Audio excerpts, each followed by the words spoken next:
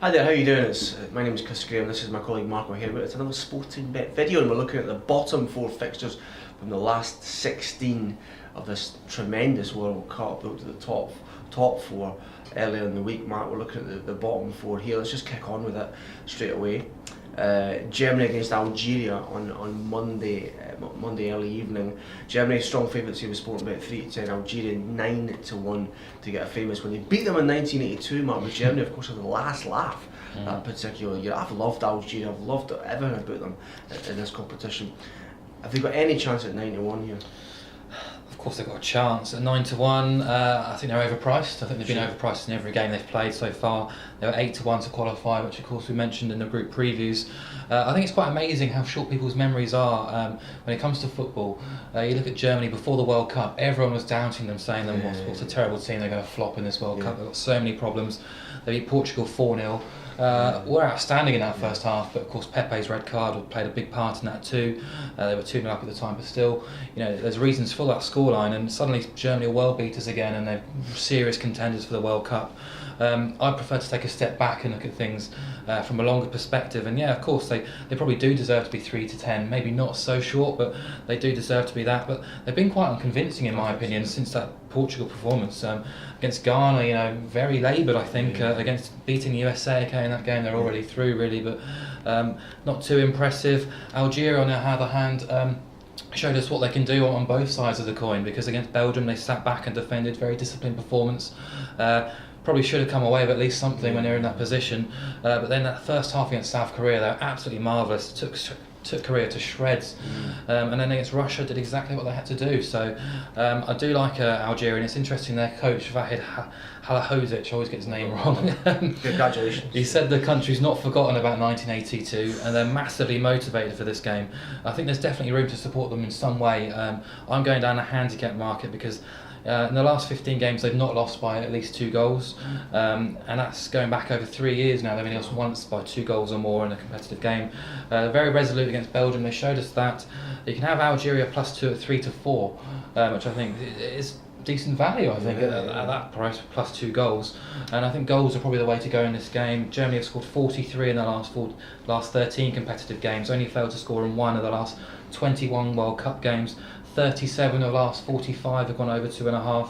They have kept 2 clean sheets in this group phase, but they've looked far from convincing defensively. We've mentioned that in the group previews as well. Algeria have scored in the last 15 games. Feghouli, Slimani, Yebda, Brahimi, they've all looked very lively with the ball. So you can back Germany and over 2.5 goals at 17-20. The Germans should win, but I think Algeria will give them a good game. Good stuff. Germany joined the second favourites in the outright betting for the World Cup with Sportingbet 4-1. Let's move on to game 2 on Monday night. It's France against Nigeria. Now France smashed out the stalls, if we're using horse racing balance in this World Cup. It's incredible in the 2 games. Sort of back if you like in the third game. The new qualification was wrapped up. There seems to be lots of unity in the camp, brooded by Didier Deschamps, of course. Nigeria in the last 16 for the first time since the 1990s. They've seemed to have got better as the group's progressed. We go 6-1 Nigeria to win here, 16-5 to qualify. France, as you'd imagine, strong odds on here. Any hope for Nigeria? Yeah, there's hope, but I think France, people are suggesting they're the most impressive team of the World Cup so far. We put them up pre-tournament as an outright bet. They've played well, but I think you need to sort of stay calm with France because they've not really been tested that much in quite a modest group. Of course, the destruction of Switzerland was mightily impressive. You mentioned the changes that they made against Ecuador, and what in my opinion was one of the worst games of the tournament so far. Fullbacks, they're still quite weak as well. I don't really think Evra and Debuchy that impressive. The spine's still there, very strong dynamic midfield. They've won 6 and drawn 2 of the last 8, which is of course impressive. 6 clean sheets in that spell, scoring 26 goals. They were on course to win 3 out of 3 group games for the first time since 1998, which shows how good a World Cup they're having. They won the World Cup, of course, back then. A touch overpriced, I think, at 1-2. Too short to tip. The last 9 wins have seen them beat the -1 handicap. 7 of those 9 wins have seen them beat the -2 handicap, and 6 of those 7 have been to nil. France -1 is 5-4. The win to nil is 6-5. I think they're the two sort of areas I want to be with. I looked at the last 4 World Cups, actually, the round of 16, and at least 2 of 8 round of 16 ties have been settled by at least 2 goals, and at least 2 of 8 have been settled to nil as well. The France -1 is the bigger price, so I think I'll go with that, because Nigeria, although they've only lost 6 of 38 competitive games since the last World Cup, and only 2 of those were by 2 goals or more, and the game should suit them in style. I think we showed that against Iran, where they were forced to go on the front foot and try and attack and break down a team. They failed, but against teams who will attack them, they can play on the counter-attack and look quite dangerous. But I do like this French team. I think Argentina toyed with Nigeria a little bit too much for me in that game. I think France are going to be a step up in class when it comes to knockout phases. Worth avoiding goals though in this game, because only 9 of the last 27 competitive French games have seen over 2.5. Only 4 of those over 3.5. Nigeria only qualified scoring 11 goals, which was the lowest total. They failed to score in 4 of the last 9. 7 of their 8 qualifiers went under 2.5. Unders is 17 to 20, which is very appealing to me. I thought it'd be a lot shorter than that. So, but I think France with their handicap record should go through, and relatively comfortably. Sure. Let's move on to Tuesday. Now I just went back to 1998 when France won their first 3 games, and they struggled against Paraguay in the second round. Golden goal, Laurent Blanc, I think, if I'm remembering correctly. On to Tuesday's games then, and we're talking about 2 sides who've picked up 9 points in their groups, 3 points out of 3. And you know what, Mark? Only 8 of the last 10 World Cup winners failed to pick up maximum points from their group, which is quite interesting. So it's usually a bad omen. Let's move on to Argentina against Switzerland. Argentina, 9 points out of 9, Mark.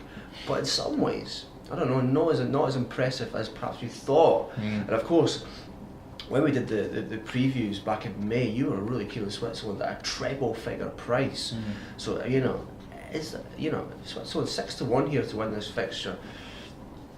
What do you think? There's something in it. There definitely is. I think it's a really interesting matchup because Argentina have played nowhere near their potential. But Switzerland have really disappointed me, to be honest. They collapsed against France. Even then, they needed that last-minute winner against Ecuador, which was, it's just toiled a little bit, which has really frustrated me. Argentina, on the other hand, top scored in CONMEBOL qualifying. The front three just haven't fired. Aguero's out for this game, but that's not necessarily a negative because Lavezzi came in and looked pretty decent when he was missing. They kept 6 clean sheets in 7 before playing Nigeria, but both Iran and Nigeria took them apart defensively. We mentioned that in the group previews as well. Only 4 clean sheets in 16 qualifiers, only 7 clean sheets in 23 competitive games now. You look at Switzerland, they're sort of known, or there's a common theory is similar to Greece, that they don't attack, they don't score goals. Well, actually, they've scored at least twice in their 3 group games. They scored in their last 13, they scored at least 2 goals in 8 of the last 11. They should and they can score in this game. Both teams have scored 17 to 20. That's a bet I'm going to take. It's happened in 7 of the last 10 Argentina competitive games. It also gives us a chance to revisit that incredible stat about Argentina. Just 1 knockout victory inside 90 minutes since 1990. With that in mind, I'm all over the 8 to 5 on Switzerland in the double chance market. Battling to win or draw in this game. I think they probably will lose, but I think there's value in that. Their last 21 matches read 1-14, drawn 5, lost 2. Since 2011, they've only lost 2 competitive games. Von Bergen, of course, has got that injury, but if they choose Fabian Schär over Philippe Senderos defensively, they'll look more comfortable. If Senderos plays, there probably will be carnage again, like the French game.